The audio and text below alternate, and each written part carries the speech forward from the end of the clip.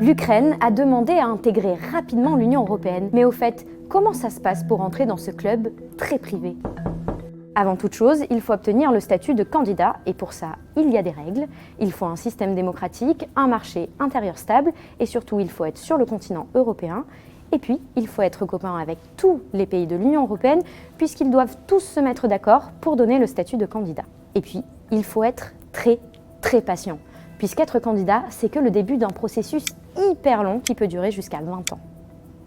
Ensuite, le pays doit faire des tas de mises à jour de sa législation pour être en accord avec le droit européen, et ça dans 35 domaines. Tada!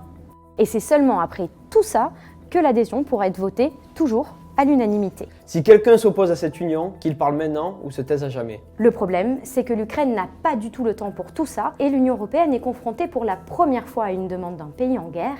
Alors Emmanuel Macron a par exemple proposé la création d'une communauté politique européenne.